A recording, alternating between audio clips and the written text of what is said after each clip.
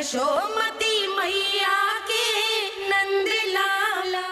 मैया को सब पता है, इतनी जल्दी तेरा पेट भर ही ना सकता।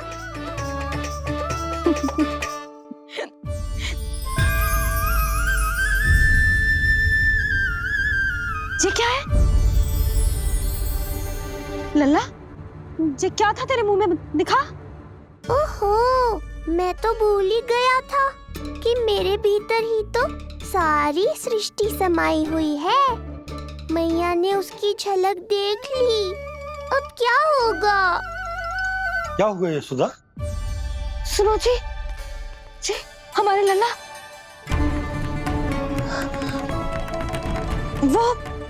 वो इसके मुंह में। क्या? भूल जाओ ना मैया, कुछ नहीं था मेरे मुंह में। लल्ला मुंह खोल के बाबा को दिखा। अरे क्या देख रही है उसके मुंह में? अवश्य ही मेरा दृष्टि भ्रम होगा, किंतु ऐसा भ्रम। अरे बताओ ना यशोदा, या फिर मुहूर्त शीघ्र ना बताने की बात का प्रतिशोध ले रही हो तुम? ना ऐसी बात ना है। तो फिर बताओ ना क्या बात है? हा? मैंने लल्ला के मुंह में कुछ देखो। क्या देखो? अब फंस गया मैं। मैया बाबा को सब कुछ बता देंगी और राय का पहाड़ बन जाएगा। फिर कैसे संभालूंगा इन दोनों को? ऐसे लगो जैसे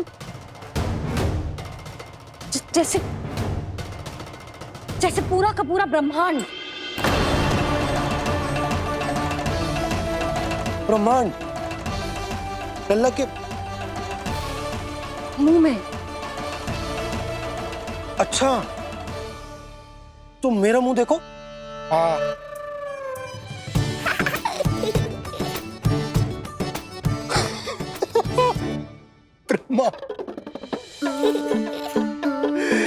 यशोदा, मुझे पता था आप मेरा उपहास उड़ाओगे। अरे नहीं, तुम देखो तो सही।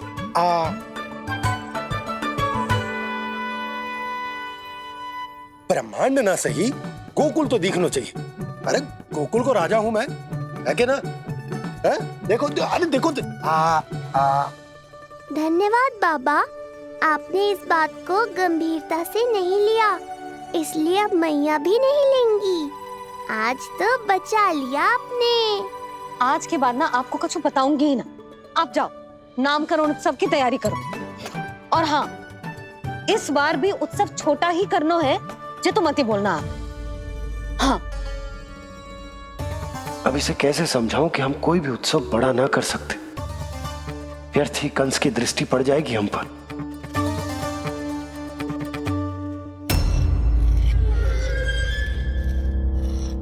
लगता है आपके सैनिक और तलवार दोनों की धार कुंद पड़ गई है महाराज।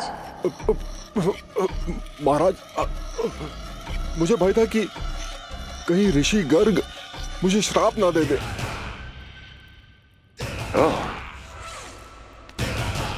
तो श्राप से भयभीत हो गए दुर्जन, किंतु कंस तो कोई श्राप नहीं देता, सीधा मृत्यु देता है। ऐसा न करे महाराज, दया करे, दया निदान। यदि मैं उनकी इच्छा के विरुद्ध भीतर जाने की कोशिश करता तो जितनी सूचना मुझे मिली है उतनी भी नहीं ला पाता। तब आपको कैसे पता चलता महाराज कि आपकी बहन और बहनोई मात्र अपनी मृत संतानों के श्राद्ध के लिए वहां नहीं गए थे?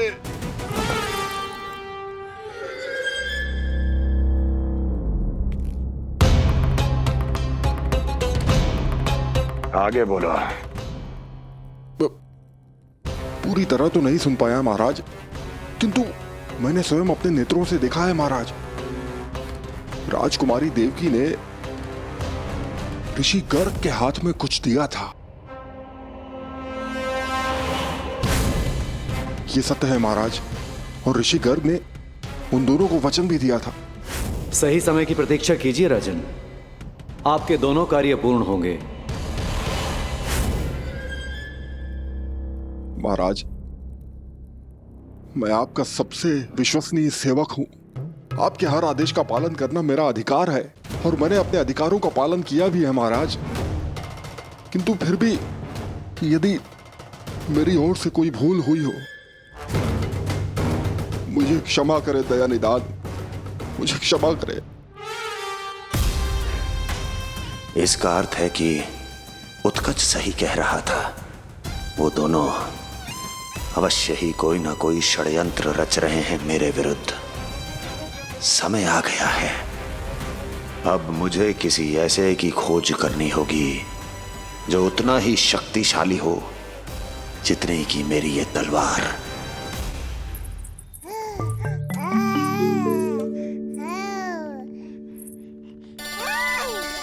लो, अभी से पुकारने लगो जी। अभी तो आई हो रसोई में।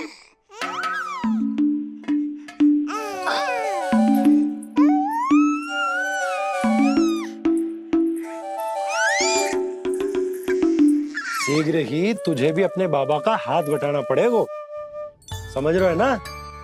बटाएगा ना हाथ? अभी जो 100 दिन का भी ना हो और जिस नन्हे से बालक को काम काज का भार सौंपने की बात करने लगे।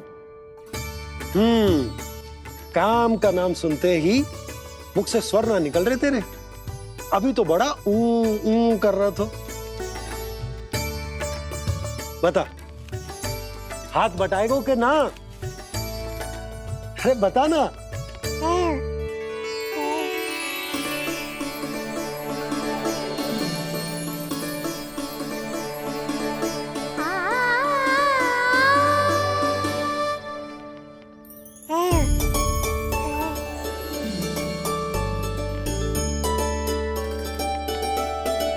कल तू पूरा 100 दिन को हो जाएगा लल्ला। पंडित जी आएंगे, तुझे नया नाम मिलेगा। देखो तो मन में तो इनके भी कितना उत्साह भरो है, बस दृष्टि में मैं ही आती हूँ। और कल तुझे वो नाम मिलेगा लल्ला जिससे पूरा संसार तुझे पहचानेगा।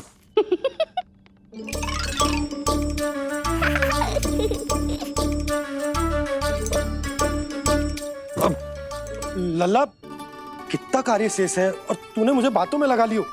मुझे क्यों फंसा रहे हो बाबा? छुपाने की कोई आवश्यकता ना है।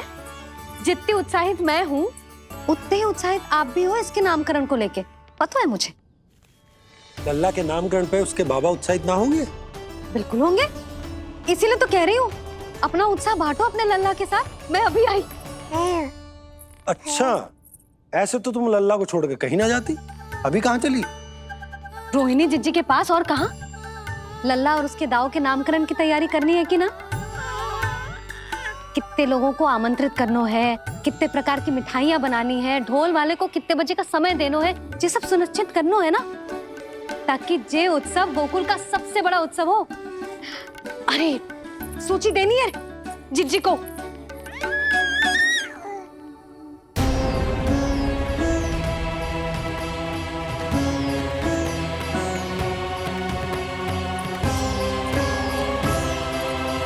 सबकी कोई आवश्यकता ना है। आवश्यकता ना है मतलब? कहना क्या चाहते हो आप? मैं ये कहना चाहता हूं कि यशोदा, सत्य तो ये है कि हमें दुख में ना अत्यधिक दुखी होना चाहिए और ना सुख में अत्यधिक उत्साहित। प्रसन्नता कितनी भी क्यों ना, हमें उत्सव संयम से ही मनाना चाहिए। इतने वर्ष संयम ही तो रखा था ना नंद जी। ये समय संयम का ना आनंद से बावले हो जाने का है। यशोदा, हम आयोजन छोटा ही करेंगे। मैं कुछ सोच समझ कर ही तो कह रहा हूँ।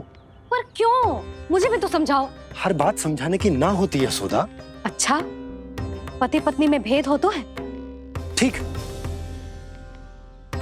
मैं कोई भेद ना रखूं।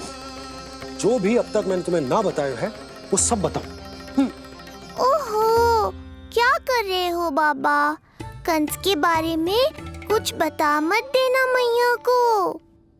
वो मंगला है ना, उसने आज शाम को ही बछड़ा दियो और भात पद का मांस लगभग बीतने को ही है, तो धीरे धीरे शरद ऋतु आ जाएगी, दूध की हानि भी कम हो जाएगी। हाँ? और वो सरजू है ना, उसको बैद जी ने पूरे पखवाड़े का विश्राम के लिए कहा है। क्यों? क्योंकि वो ठाट से गिर गए थे और गिरते समय उसे भीतरी चोट लग गई थी। अरे और... बस बस बस, ये सब मुझे क्यों बता रहे हो? इसका नामकरण से क्या संबंध? तुम्ही ने तो कही ना कि पति पत्नी के बीच में कोई भेद ना होता, तो मुझे जो भी बात पता है मैं तुम्हें बताऊंगा। कितनी समझदारी से बात बदल देते हो आप, और भोली भाली मैं आपकी बातों में आ जाती हूँ और इस सब में असली बात तो रह ही जाती है। किंतु आज बात मेरे लल्ला की है, उत्सव तो विशाल ही होगा और इस बारे में कछु और ना सुनूंगी मैं। आप लल्ला का ध्यान रखो, मैं जा रही हूँ रोहिणी जीजी के पास। यशोदा,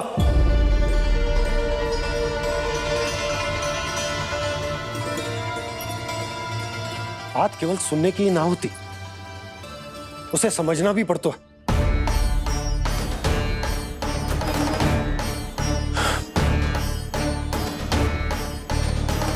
विश्वास है ना मुझ पर? मैं कुछ सोच समझ कर ही कर रहा हूँ ना।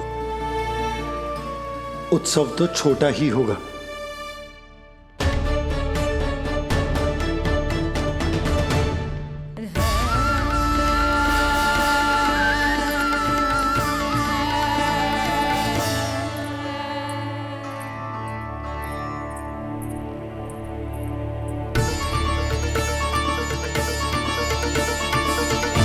क्षमा करना लल्ला, तेरी मैया को डांटना पड़ गया।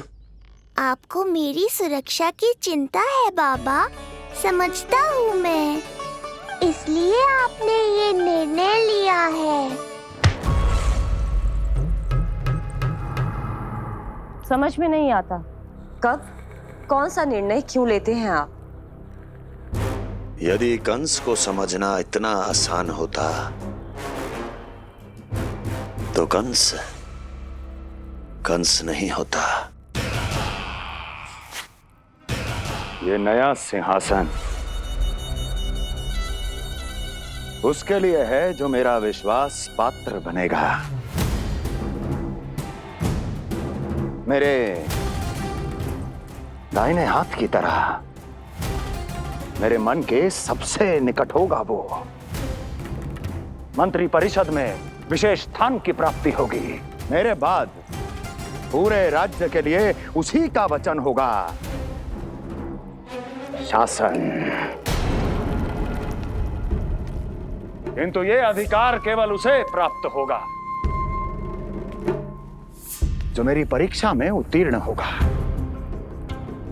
मेरा सबसे महत्वपूर्ण कार्य करेगा वो।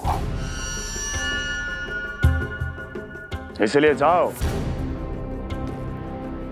कह दो सभी बाहुबलियों को, महाबलियों को, दैत्यों को, दानवों को, प्रेतों को, पिशाचों को, सभी को यह सूचना दे दो ना ना ना ना,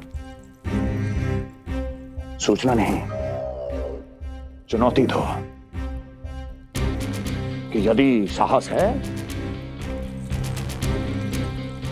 तो आए, मेरी परीक्षा में उत्तीर्ण हो और इस सिंहासन पर बैठने का अधिकार प्राप्त कर ले। जाओ। और हां,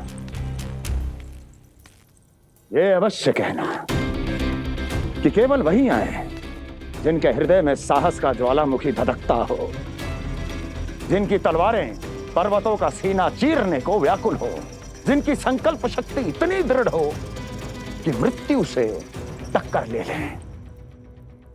कायर नहीं चाहिए मुझे। जाओ। महाराज, आप जिसे भी ये विशेष पद देंगे, भविष्य में यदि वही हमारे शीश पर बैठ गया तो क्या करेंगे आप? पहले ऐसा कोई योद्धा सामने तो आए अस्ति, जो उस विष्णु के अवतार का संहार कर सके।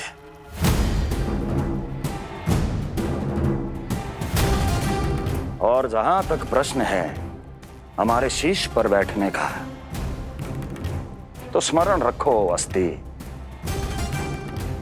कंस को अच्छी तरह आता है ऐसे दुस्साहसियों को बीच दरबार में खड़ा करके अपनी उंगलियों के संकेत पर नृत्य करवाना। ता दीर्घ ता। और अपना कार्य सिद्ध होने के बाद उनके तन से उनके शीश को उतारना। कंस को भली भांति आता है।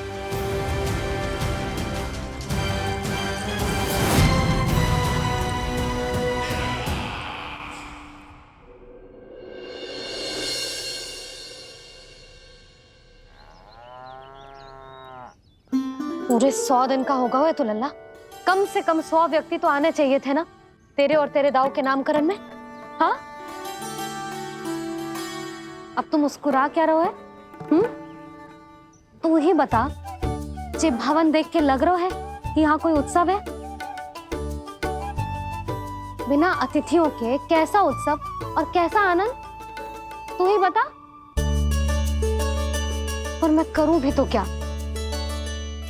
पता है लल्ला, मुझे तो लग रहा है तेरे बाबा ना कंजूस होगा मैं। नहीं तो भला और क्या समस्या हो सकती है उन्हें बड़े आयोजन से?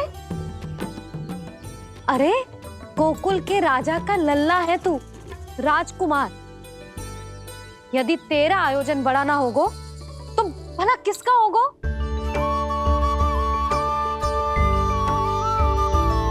मेरी भूल है, मैं भोली हूं, इसीलिए व्यर्थ में तेरे बाबा की बातों में आ गई। मैं भोली हूं ना, व्यर्थ में उनका कहा मान गई। किंतु अब ना मैं कोई मांग रखूंगी, ना मैं उनसे बात करूंगी। और कहे देती हूँ लल्ला, सावधान जो इस बार तू बीच में आया तो। हाँ नहीं तो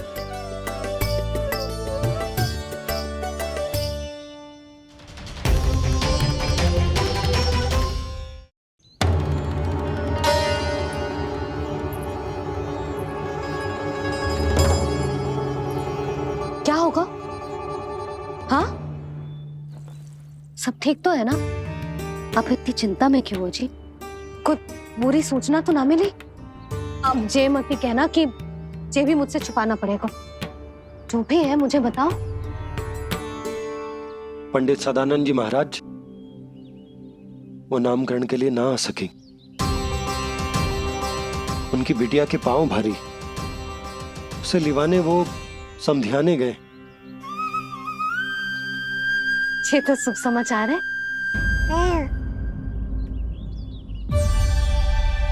किंतु मेरे लल्ला का नामकरण अब वो सही मुहूर्त पे कैसे होगा? वही तो समझ ना आ रहा। ऐसे मन छोटा करने की आवश्यकता नहीं है मैया बाबा। आप दोनों तो स्वागत की तैयारी करो, आ रहे हैं वो।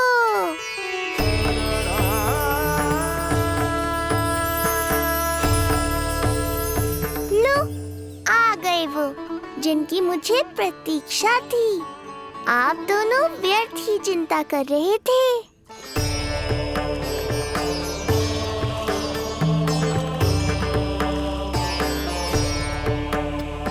अब कौन करेगा मेरे लल्ला का नामकरण? ऋषि गर्ग, नंदराज, रानी भाभी, महान ऋषि गर्ग हमारे गांव में पधारे हैं।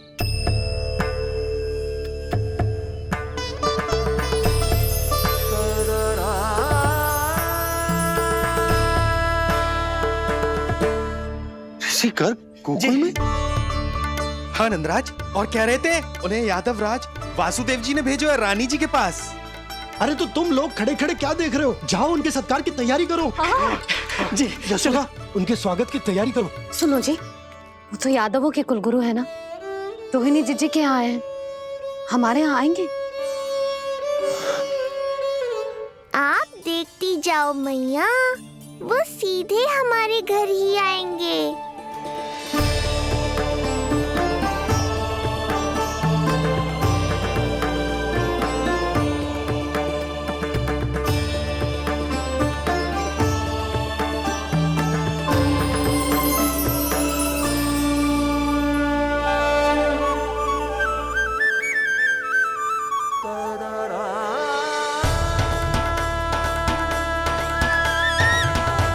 ये क्या हो रहा है मुझे? मैं उस भवन की ओर क्यों बढ़ा जा रहा हूँ? क्योंकि आपके यहाँ आने से ही मेरी मैया बाबा की चिंता समाप्त होगी ऋषिवर।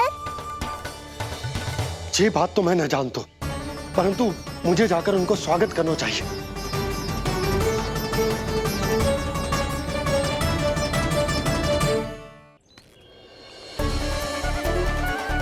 गुरुदेव, कल्याण हो।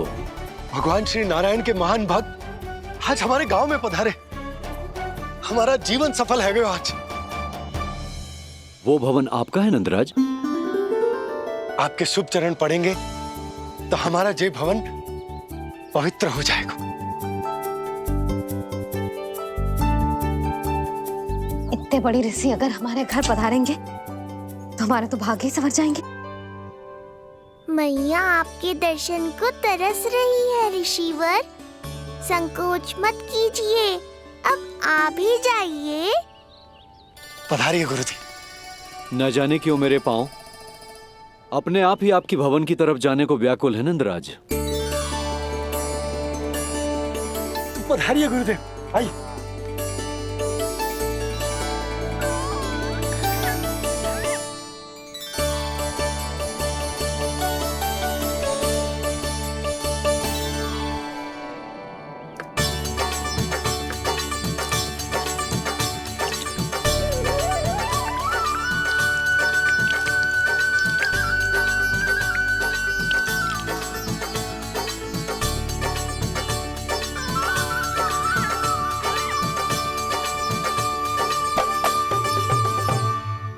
कल्याण हो। पधारिए।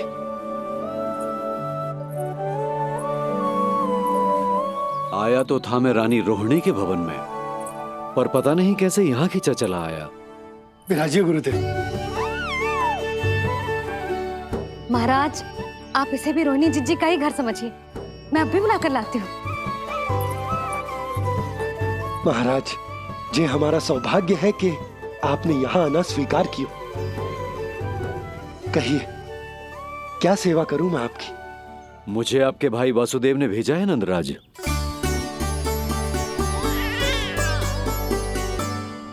प्रणाम गुरुदेव। स्वामी जी ने आपसे इतनी दूर आने का आग्रह किया है। अवश्य ही कोई बड़ा कारण होगा। कारण तो है। आपके पुत्र का नामकरण करने आया हूं मैं यहाँ।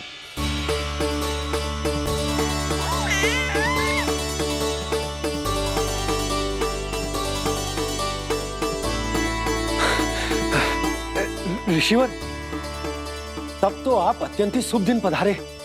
आज का ही मुहूर्त निकलो है भाभी के लल्ला और हमारे लल्ला के नामकरण के लिए। परंतु पंडित जी गांव से बाहर है, इसीलिए आप। अब तो आप यहाँ आ गए हो, आप हमारे भी लल्ला का नामकरण कर दो ना। पुत्री, ये क्या कह रही हो तुम?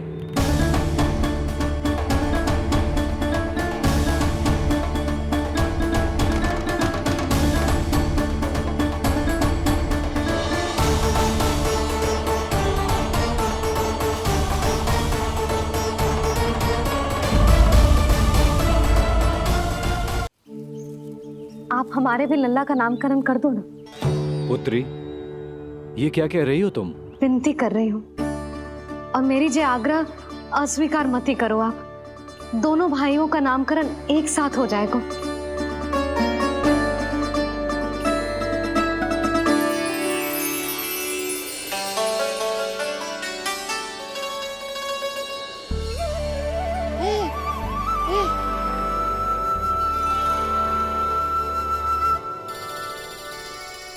कितने प्यारे और निर्दोष बालक हैं।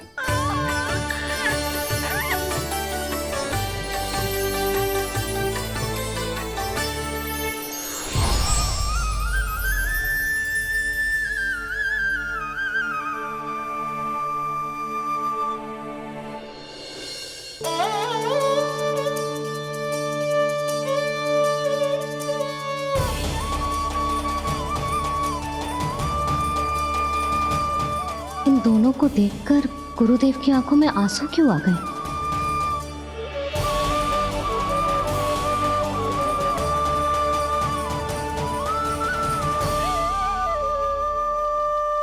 ये क्या कर रहे हैं ऋषिवर?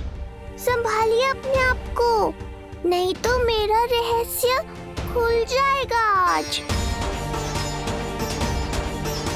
अरे ऋषिवर, हाथ मत जोड़िए।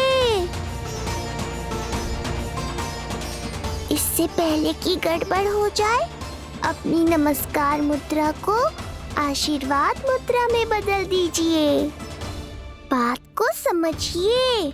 मैंने ये अवतार मैया और लल्ला के अद्भुत संबंध का अनुभव करने के लिए लिया है, पर आपकी भावुकता के कारण यदि मैया को मेरा सत्य पता चल गया तो ये संबंध ही बदल जाएगा।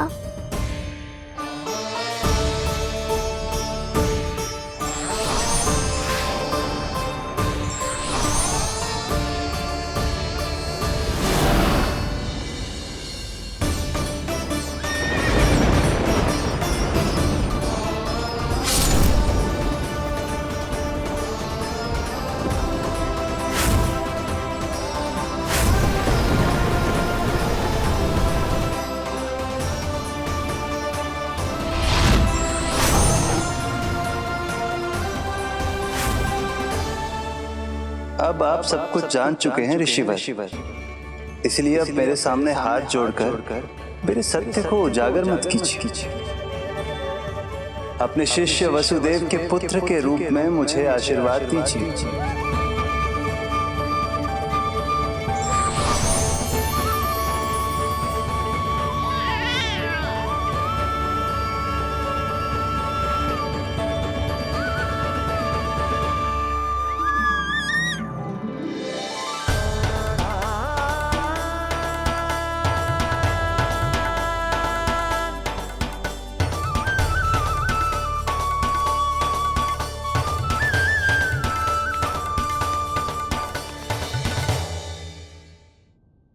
ऋषिवर, आप मौन क्यों हैं?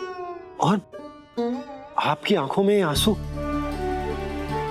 सब कुछ ठीक है ना? अब तो आप हमारे लल्ला का नामकरण करोगे ना? इन दोनों का नामकरण करना मेरा सौभाग्य होगा पुत्री।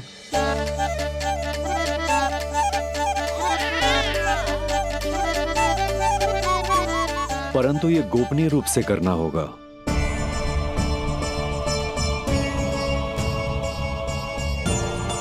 अवश्य ही स्वामी का आग्रह होगा, ताकि कंस की बुरी दृष्टि हमारे पुत्र पर ना पड़े। ये तो बहुत महान ऋषि हैं, इन्हें कंस के अत्याचारों के बारे में अवश्य पता होगा। अपनी संतान का नामकरण संस्कार करना एक मां के लिए उत्सव से कम नहीं होता है, पर यह छुपकर करना होगा।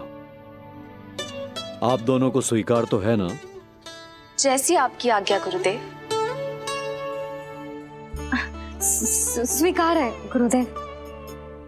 तो फिर कहाँ करना है हमें नामकरण का प्रबंध? गुरुदेव, मंदिर सही रहेगा? उससे पवित्र स्थान तो हो ही नहीं सकता है। ऋषिवर, आप तनिक विश्राम कीजिए, हम लोग प्रबंध करते हैं। मैं कुछ समय इन बालकों के साथ व्यतीत करना चाहूंगा। ये तो इनका सौभाग्य होगा। हमें आज्ञा दीजिए।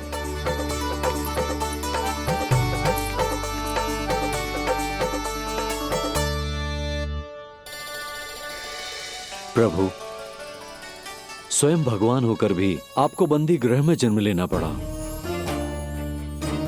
अब अपनी मां को छोड़कर दूसरी मां के यहां पलना पड़ रहा है।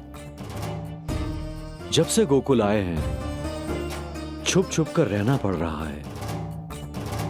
इतनी नन्ही सी अवस्था में दुष्ट कंस के कितने ही आक्रमणों का सामना कर चुके हैं आप। और जिस उत्सव में सभी सप्तऋषियों और सभी देवी देवताओं को साक्षी बनकर आना चाहिए, उस नामकरण उत्सव को यहां एकांत में करना पड़ रहा है। क्यों प्रभु? इतने कष्टों को सहकर ये अवतार क्यों लिया है आपने? दुष्टों का नाश करने के लिए, धर्म की स्थापना करने के लिए और सबसे अधिक मैया की ममता का अनुभव करने के लिए। पर इसके लिए इतने कष्ट? मानव जीवन लिया है तो कष्ट तो उठाने ही पड़ेंगे ऋषिवर। मानव जीवन की आंच जला रही है, फिर भी आप मुस्कुरा रहे हैं प्रभु। ये कैसा अनोखा अवतार है? आंच में जलकर भी यदि मैं नहीं मुस्कुराऊंगा तो अपने भक्तों को क्या शिक्षा दूंगा मैं? आज एक कंस का प्रकोप है, भविष्य में सहस्रों कंस होंगे और आने वाले युगों में होंगे अनगिनत कंस। उस समय मेरे भक्तों को पता होना चाहिए कि अपने कष्टों को कैसे सहना है और धर्म के पथ पर अडिग कैसे रहना है।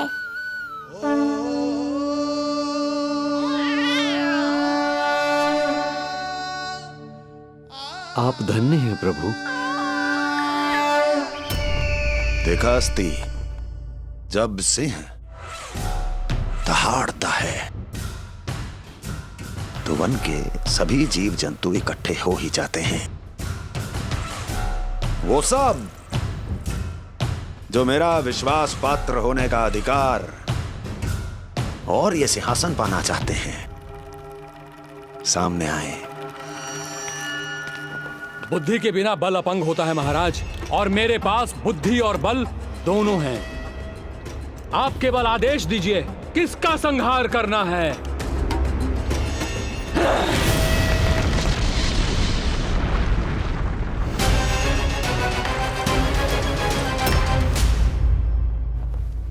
सारी तैयारी हो गई। बोलो। आप गुरुदेव को बुला लो, मैं रोहिणी जीजी और बालकों को ले आती हूँ। यशोदा, तुम रुष्ट तो ना हो ना मुझसे? मैं भला रुष्ट क्यों होने लगी? नहीं, तुम जो उत्सव बड़े धूमधाम से करना चाहती थी और बहुत प्रसन्न हूँ मैं कि हमारे लल्ला का नामकरण स्वयं ऋषि गर्ग पूरे विधि विधान से कर रहे हैं। मैं समझ गई, उत्सव बड़ा हो या ना हो, प्रसन्नता बड़ी होनी चाहिए। अरे मैं तो इतनी उत्साहित हूँ कि दोनों भाइयों का नामकरण आज के शुभ मुहूर्त पे हो रहा है। तो इससे पहले जो बीत जाए, जाओ। आप भी बुला लो।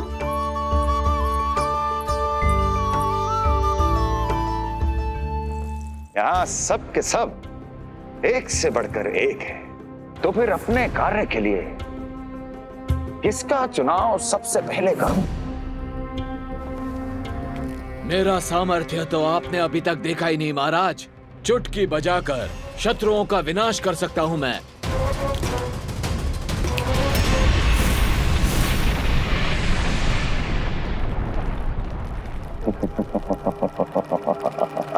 वाह! किंतु आपने तो बताया ही नहीं कि करना क्या है। वध करना है, एक नवजात बालक का वध। उसे साधारण बालक मत समझना।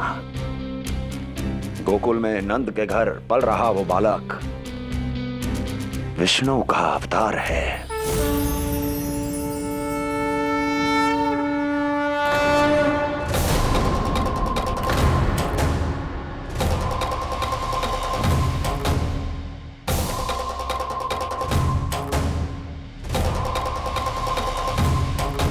क्या हुआ? इतना सन्नाटा क्यों छा गया? क्षमा कीजिए महाराज, पर मैं नन्हे बालकों के साथ हिंसा नहीं करता। विष्णु अवतार बड़ा छलिया है महाराज, मैं उसका मुख भी नहीं देखना चाहता।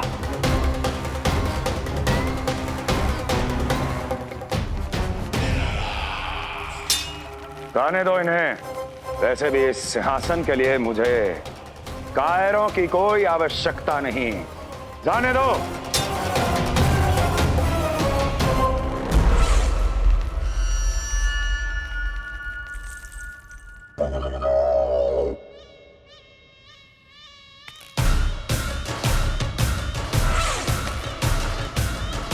दुर्जन, क्या कहा था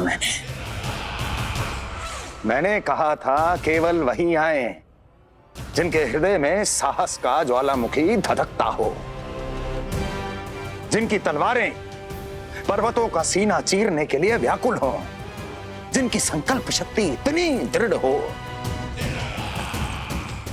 कि वो मृत्यु से टक्कर ले जाए। वही होगा इस सिंहासन का असली अधिकारी। महाराज,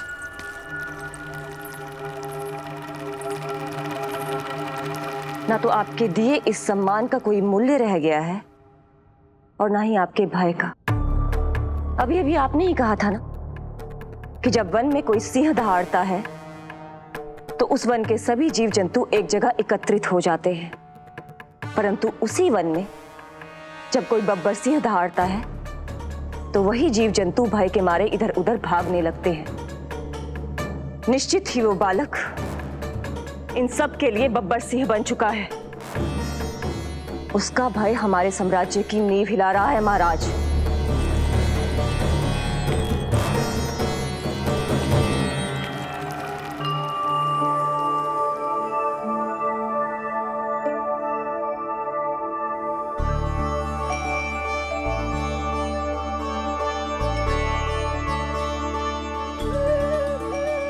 हे नारायण, मेरा मार्गदर्शन कीजिए। हे मां सरस्वती, मुझे आशीर्वाद दीजिए ताकि मैं दोनों बालकों के लिए सर्वोत्तम नामों का चुनाव कर पाऊं।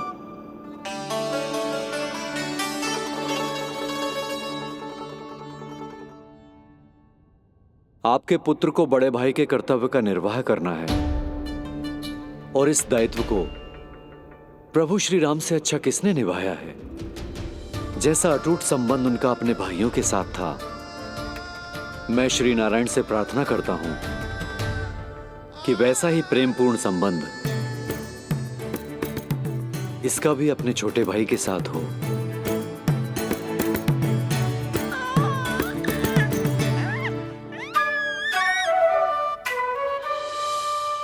इसीलिए इसका नाम राम हो, इसीलिए इसका नाम राम, इसीलिए इसका नाम राम।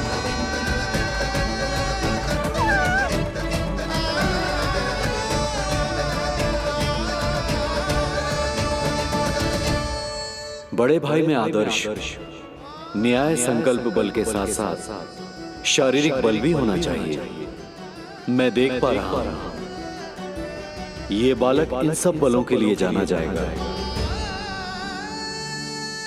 इसलिए जो नाम इसके व्यक्तित्व के लिए सबसे उचित है वो है बलराम, बलराम, बलराम।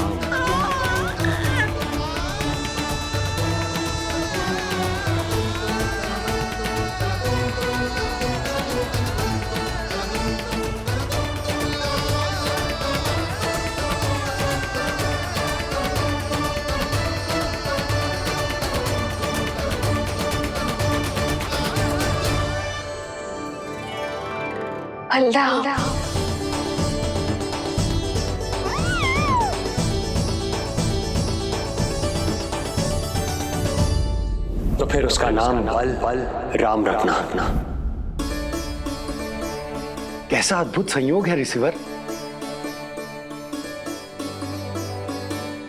जब इसके जन्म की सूचना देने मैं वसुदेव भैया के पास मथुरा गया था तब उन्होंने भी यही नाम रखा था, बलराम। ये संयोग नहीं, नारायण की इच्छा है नंदराज।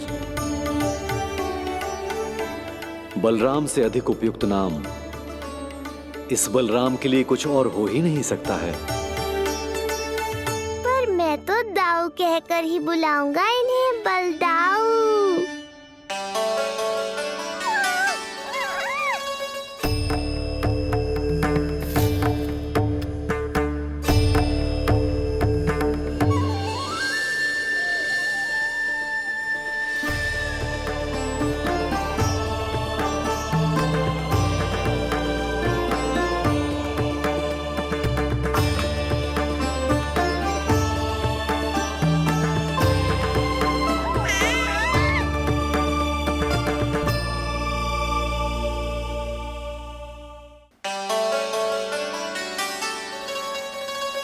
सुना पुत्र, आज से तुम्हारा नाम होगा बलराम।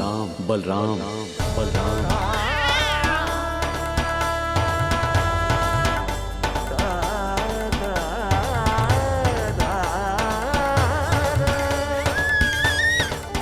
गुरुदेव, कितना अद्भुत नाम दिया है आपने इसे।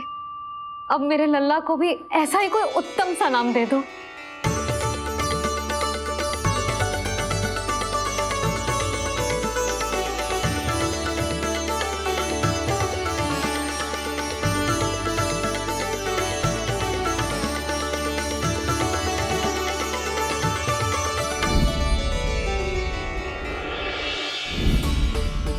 ये कठिन दायित्व आपने ही मुझे सौंपा है प्रभु, इसे निभाने की क्षमता भी आप ही दीजिए।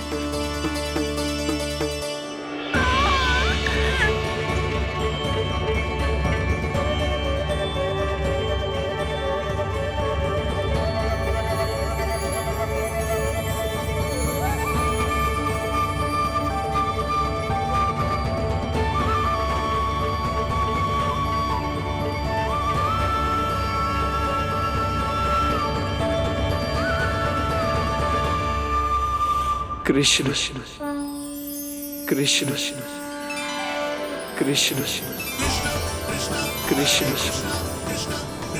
कृष्ण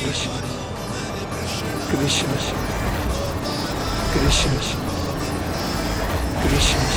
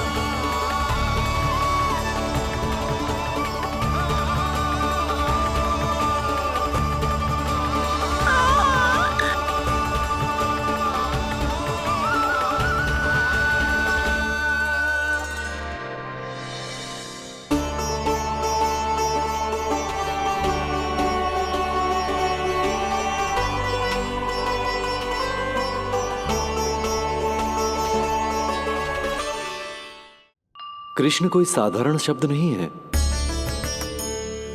ये अनेक विशेषताओं से भरा हुआ है। क बना है कमलकांत से, अर्थात वो जो श्रीपति विष्णु जैसा हो।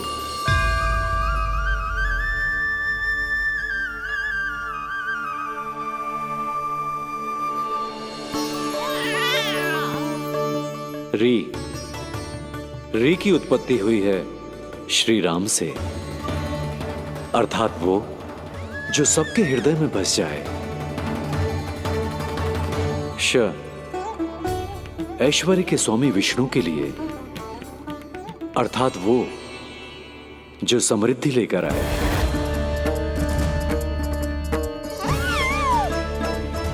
और ना है नरसिंह के लिए, अर्थात वो जो रक्षा करे। और अंत में आकार की मात्रा सूचक है अग्निदेव का, अर्थात वो जो स्वयं तप कर सबको पवित्र कर दे।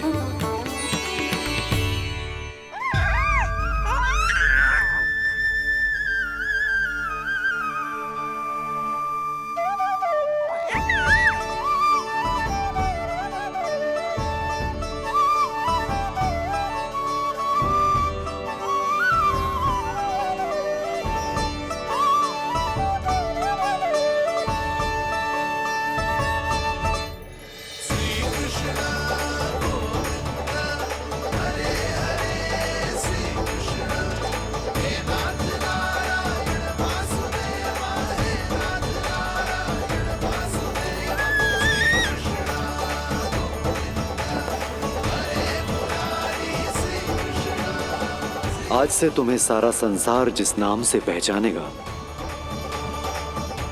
वो नाम है कृष्ण। वो नाम है कृष्ण। वो नाम है कृष्ण। वो नाम है कृष्ण। कृष्ण कृष्ण कृष्ण कृष्ण कृष्ण कृष्ण कृष्ण कृष्ण कृष्ण कृष्ण कृष्ण कृष्ण कृष्ण।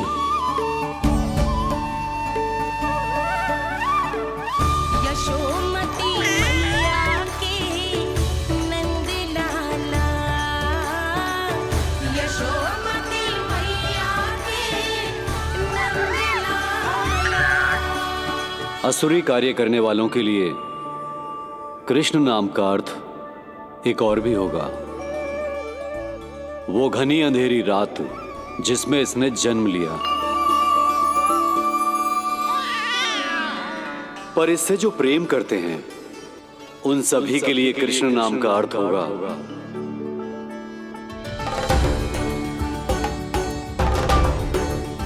अतुलनीय सुंदरता और अथाह प्रेम।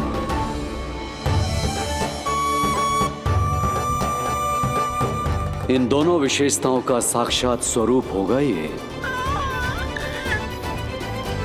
कृष्ण।